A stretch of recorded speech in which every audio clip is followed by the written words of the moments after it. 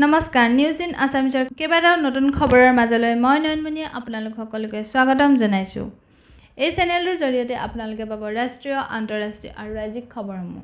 গতিকে চেনেলটো ছাবস্ক্ৰাইব কৰি বেল বুটামটো টিপি দিব আৰু অল নটিফিকেশ্যন অন কৰি ল'ব যাতে মোৰ অনাগত ভিডিঅ'সমূহৰ নটিফিকেশ্যন আপোনালোকে সময়মতে পাই থাকিব। অক্সিজেনক লৈ আজি ভাৰতৰ প্ৰধানমন্ত্ৰী নৰেন্দ্ৰ মোদীৰ বৈঠক হৈছিল বিভিন্ন ৰাজ্যৰ মন্ত্ৰীসকলৰ লগত। এখন হাই লেভেল মিটিং হৈছিল বৰ্তমানৰ স্থিতিক লৈ আৰু যদি কোভিড-19ৰ তৃতীয় ঢৌ আহে তেনে ক্ষেত্ৰত কি পদক্ষেপ ল'ব, কিমান ৰাজ্যৰ ওচৰত কিমান অক্সিজেন প্লান আছে, কিমান জমা আছে আৰু কিমান লগাব লাগিব, এই সকলোবোৰ লৈ আলোচনা হৈছিল। কাৰণ প্ৰত্যেক ৰাজ্যৰে বেলেগ বেলেগ দাবী, কোন ৰাজ্যক কিমান অক্সিজেন দৰকাৰ, কিমান পাইছে, এই সকলোবোৰ আছিল আলোচনাৰ বিষয়বস্তু। ভাৰতীয় চৰকাৰে কোভিডৰ তৃতীয় ঢৌৰ বাবে তৈয়াৰ হৈছে। দ্বিতীয় ঢৌৰ সময়তে প্ৰধানমন্ত্ৰী মোদীয়ে সকলোবোৰ অভাৱ দূৰ কৰাৰ কথা কৈছে। লগতে মোদী ডাঙৰীয়াই ব্যক্ত কৰিছে যে গাঁও অঞ্চলৰ বজাৰ সমাৰসমূহ ৰাজ্য চৰকাৰে ভালদৰে চোৱা-চিতা কৰিব লাগে। কৰোনাৰ মাজতে আহিছে জিকা ভাইৰাছ। প্ৰথমবাৰৰ বাবে কেৰালাৰ তিৰুৱনন্তপুৰমৰ এগৰাকী 24 বছৰীয়া গৰ্ভৱতী মহিলাৰ গাত ধৰা পৰে। বৰ্তমান সময়ত মহিলাগৰাকীয়ে সন্তান জন্ম দিয়ে আৰু তেখেতৰ স্বাস্থ্যৰ কোনো অৱনতি ঘটা নাই। তেখেতৰ কোনো ধৰণৰ ট্ৰেভেল হিষ্ট্ৰীও নাই। আজি দিনলৈকে আৰু 14 জনৰ দেশত নতুনকৈ জিকা ভাইৰাছৰ অৱস্থিতি ধৰা পৰে। হোৱাটছএপে ক'লে হোৱাটছএপ প্ৰাইভেচি পলিচি স্থগিত কৰা হৈছে যেতিয়ালৈকে ভাৰতৰ ডাটা পলিচি ল' নাহে। বিশিষ্ট আইনজ্ঞ হৰীশ চলভেই দিল্লী হাইকোৰ্টত অৱগত কৰে যে যদি পাৰ্লিয়ামেণ্টে হোৱাটছএপৰ এই প্ৰাইভেচি পলিচিক অনুমতি নিদিয়ে ভৱিষ্যতে হোৱাটছএপে ভাৰতত সেৱা বন্ধ কৰিব বা প্ৰয়োগ নকৰিব। উত্তৰ প্ৰদেশত পুনৰ এজন মন্দিৰৰ পূজাৰীক হত্যা কৰা হ'ল। পূজাৰীজনক এডাল উদ্দণ্ড দলীয় লোকে পিটি হত্যা কৰিলে। ইণ্ডিয়ান এক্সপ্ৰেছ বাতৰি কাকতখনে প্ৰকাশ কৰিছে যে ভাৰতত হোৱা কোভিড-19ৰ লকডাউনৰ ফলত ভাৰতৰ দৰিদ্ৰতা বৃহৎ পৰিমাণে বাঢ়িব। কোভিড-19 মহামাৰী আৰম্ভ হোৱাৰ পাছতে বিশ্বৰ বহুত লোকে কাম হেৰুৱালে। গোটেই বিশ্বত 3.9 মিলিয়ন লোকৰ মৃত্যু হৈছে। ভাৰতত 3.98 লাখ লোকৰ বৰ্তমান সময়লৈকে মৃত্যু হৈছে। ফেব্ৰুৱাৰী 2020ৰ পৰা ফেব্ৰুৱাৰী 2021লৈকে 7 মিলিয়ন লোকে কাম হেৰুৱালে।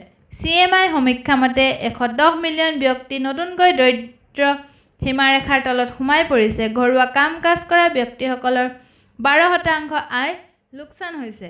লকডাউনৰ আগত গাঁও অঞ্চলত 265 মিলিয়ন দৰিদ্ৰ লোক আছিল। লকডাউনৰ পাছত এই সংখ্যা হ'লগৈ 381ৰ পৰা 418 বিলিয়ন। গাঁও অঞ্চলত কাম কৰা খেতিয়কসকলৰ ওপৰত বহুত প্ৰভাৱ পেলালে আৰু চহৰ অঞ্চলৰ লোকসকলে নিজৰ কাম হেৰুৱালে।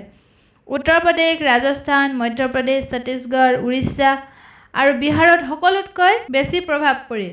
OICয়ে বিচাৰে ভাৰত-পাকিস্তান আলোচনাৰ মাজলৈ অহাটো আৰু OICৰ এটা দল আহিব বিচাৰে ভাৰতৰ কাশ্মীৰলৈ। ভাৰতীয় এম্বেছাডৰ টু ছৌদি আৰবিয়াজনক নিমন্ত্ৰণ জনাই OICৰ মুখ্য কাৰ্যালয়লৈ। OICয়ে ভাৰতীয় মুছলিমসকলক লৈ চিন্তিত বুলি জনায় আৰু জম্মু কাশ্মীৰৰ সমস্যাক লৈও চিন্তিত। OICয়ে জম্মু কাশ্মীৰক সমস্যা বুলি ক'লে। ভাৰতীয় ৰাষ্ট্ৰদূতে ইয়াৰ প্ৰত্যুত্তৰত কয় যে জম্মু কাশ্মীৰ ভাৰতৰ অভিন্ন অংগ আৰু তেওঁ OICক নাকচ কৰিলে কাৰণ ৰাষ্ট্ৰসংঘৰ পিচ কিপিং গ্ৰুপে কাম কৰিয়ে আছে। ভাৰতৰ ফালৰ পৰা পাকিস্তানে OICক ভাৰতৰ বিৰুদ্ধে ব্যৱহাৰ কৰি আছে। OICয়ে যিবোৰ কথাত মাত মাতিছে এই সকলোবোৰ ভাৰতৰ আভ্যন্তৰীণ কথা। টুইটাৰে নতুন নিয়ম নমনাকৈ আদালতলৈ গৈছিল যদিও টুইটাৰে উদ্ধাৰ নাপালে। দিল্লী হাইকোৰ্টে টুইটাৰক ক'লে যে টুইটাৰে আইটি নিয়ম মানিব লাগিব আৰু কেন্দ্ৰীয় চৰকাৰ কোনো সিদ্ধান্ত ল'ব পৰাকৈ স্বতন্ত্ৰ। পূৰ্ব আইনমন্ত্ৰীৰ লগত টুইটাৰৰ সংঘাত চলি আছিল। বৰ্তমান টুইটাৰৰ হাতত এটা ৰাস্তা বাচি আছে যে টুইটাৰে আইটি নিয়ম প্ৰয়োগ কৰিব লাগিব। 28 জুলাইৰ ভিতৰত টুইটাৰ কোৰ্টত প্ৰপ'জেল দিব লাগিব কেনেদৰে আইটি নিয়ম প্ৰয়োগ কৰিব। ইমাৰ্জেঞ্চি চিটুৱেশ্যনৰ মাজত হ'ব 2020ৰ অলিম্পিক জাপানৰ টকিঅ'ত। জুলাই 23 তাৰিখৰ পৰা আৰম্ভ হ'ব আৰু 8 আগষ্টলৈকে চলিব। কোভিড মহামাৰী বৃদ্ধি পোৱাৰ ফলত খেলসমূহ হ'ব কিন্তু ষ্টেডিয়ামত কোনো দৰ্শক নাথাকিব। যদিহে খবৰসমূহ ভাল পালে ভিডিঅ'টো লাইক কৰি শ্বেয়াৰ কৰি যাব। ধন্যবাদ।